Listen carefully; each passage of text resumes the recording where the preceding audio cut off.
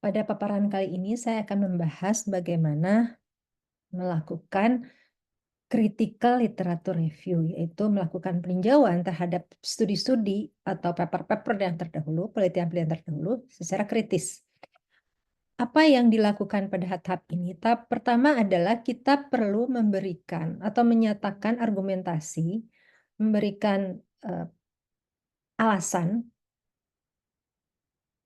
kontribusi dari paper yang sedang kita review terhadap topik riset yang menjadi objek studi kita.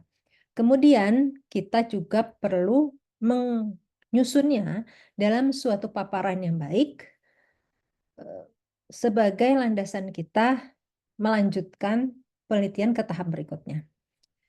Nah, literatur di dalam penelitian itu digunakan dalam 3 tahapan. Tahap pertama ketika kita merumuskan ide riset. Jadi kita perlu melihat penelitian-penelitian sebelumnya untuk tahu sudah sampai di manakah penelitian-penelitian yang berkaitan dengan topik riset kita itu sudah dilakukan, kebaruan penelitian terbaru mengenai apa saja, kemudian di mana ada gap yang kita identifikasi berdasarkan studi-studi terdahulu sehingga itu bisa menjadi sumber bagi riset ide riset kita. Nah, ini berkontribusi ketika kita menulis proposal riset.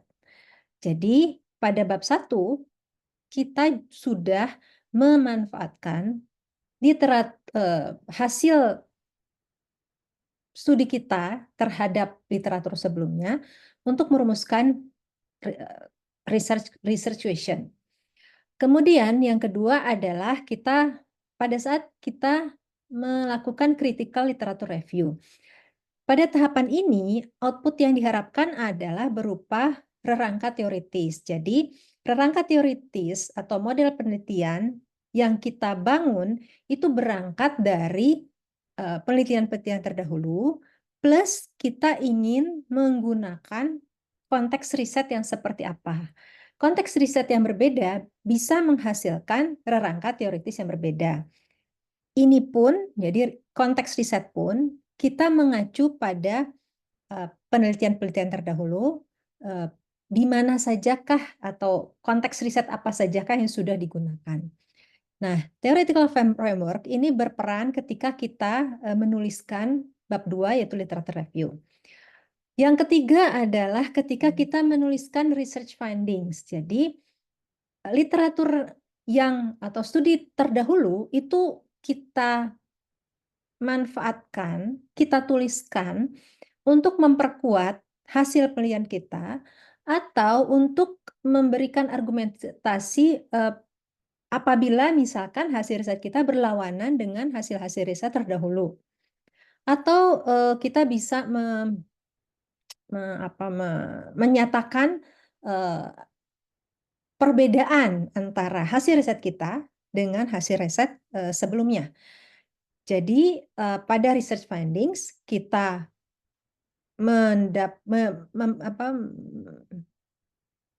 mempunyai 2 input, yaitu hasil riset kita sendiri serta research result serta hasil studi sebelumnya. Kemudian ini kita manfaatkan atau kita tuangkan dalam suatu research findings yang pada tesis itu adalah bab 5, itu analisis. Nah, apa sih yang dimaksud dengan critical review? Apa bedanya critical review dengan membaca biasa ya? Artinya ketika kita membaca tanpa melakukan tinjauan yang bersifat kritis. Nah, jadi kalau kita melakukan critical review, kita perlu menunjukkan pemahaman kita terhadap teori-teori yang terdahulu. Teori-teori utama terdahulu seperti apa saja konsepnya, ide-ide yang sudah disampaikan oleh para peneliti sebelumnya. Kemudian isu utamanya apa, kemudian apakah ada pertentangan, kemudian tren ke depan arah penelitiannya ke arah mana. Jadi di sini kita fokus kita ketika kita melakukan pemahaman terhadap penelitian-penelitian sebelumnya itu, kita melihat hubungan antara hasil studi atau maupun metodologi maupun konteks riset yang dilakukan oleh para peneliti sebelumnya. Nah, pada critical review kita hanya memasukkan literatur yang relevan saja. Kemudian kita ketika melakukan critical review tidak hanya menggali literatur-literatur yang mendukung penelitian kita, tapi juga literatur-literatur yang tidak sesuai atau tidak sejalan atau bertentangan dengan penelitian ide riset yang akan kita lakukan. Nah, tentu ini kita perlu berikan argumentasi, kita perlu berikan landasan yang kuat untuk bisa menunjukkan bahwa ide yang berlawanan itu dibandingkan dengan ide yang kita miliki itu punya ide kita ini punya keunggulan di mana gitu ya. Kemudian tentu di sini kita berikan analisis yang kritis ya. Jadi yang tadi saya katakan argumentasi tadi didasarkan pada hasil analisis yang kritis, yang reasonable, yang bisa dipertanggungjawabkan untuk mempertahankan ide riset yang akan kita lakukan. Nah, ada beberapa tipe review yang yaitu di sini ada 5 integrative review, kita secara holistik ya, secara keseluruhan kita lakukan review atau kita lihat berdasarkan evolusi pentahapan dari penelitian-penelitian terdahulu, misalkan dari tahun 1990 sampai 2000 dan seterusnya. Per tahun kita lihat trennya seperti evolusinya seperti apa. Kemudian theoretical review, ini kita melihat teori-teori yang muncul. Ini juga kita bisa lihat berdasarkan kemunculannya.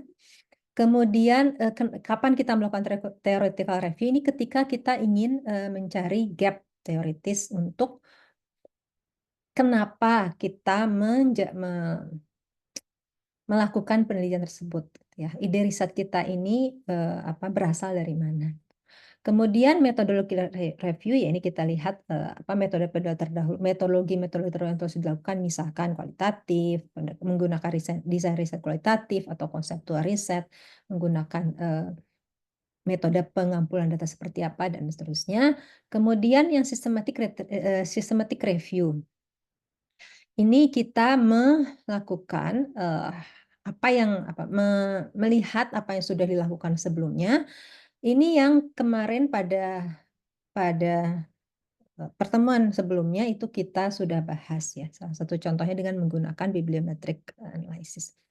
Nah, ini kita kombinasikan. Jadi tidak hanya satu, tapi kita kombinasikan beberapa tipe review ini.